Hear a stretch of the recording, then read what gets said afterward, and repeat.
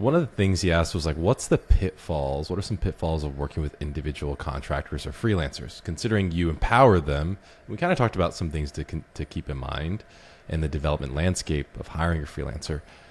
Let me hear your experience on like hiring freelancers. Have you had like really bad experiences and built heuristics from that, since you have a one-man business, Right. that's like helped you navigate those relationships later that you could pass off to a non-technical founder? Sure. business Yeah. owner? Because the implication is that they're hourly. So, I mean, assuming that they are hourly, which most of them are, then there's sort of I've had two kinds of experiences. One is where they're in a different cost of living type of country and their hourly rate is so low that it doesn't matter to me if they take 2 hours or 10 hours, it's irrelevant. Because the thing that I want them to do is worth way more than that to me. And on the other end, you get sort of more of these premium people who want to charge you $100, $200 an hour. And then you say, okay, great, go. And then in the first week, they go 80 hours before they have a check-in.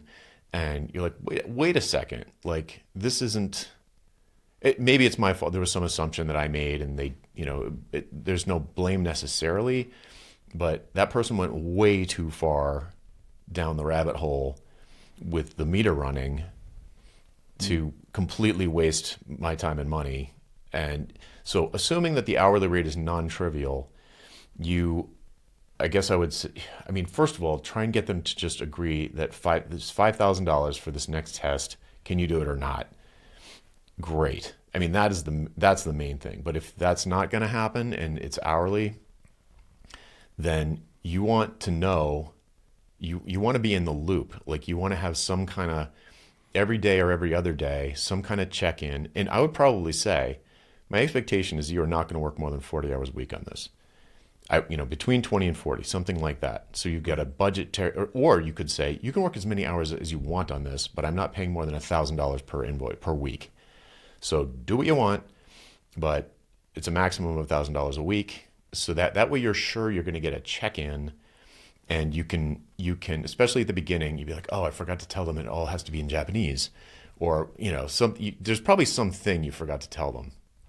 And there's this assumption gap where it's not a knowledge gap, it's an assumption gap where you're just new to this person, they might not speak English, or that you two might not speak the same language. And it's like, there's probably assumptions you're making and assumptions they're making that can lead to you losing a ton of money for no good reason.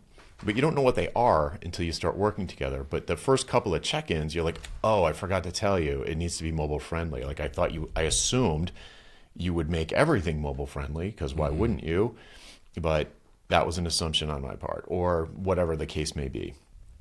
So I would perhaps set something like a weekly maximum or something like that, and then just make sure you're getting check-ins.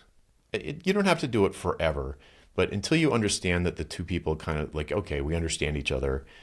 You just don't want them running off and burning 80 hours in the wrong direction and then expecting to get paid for it. And just, that's not good for anybody.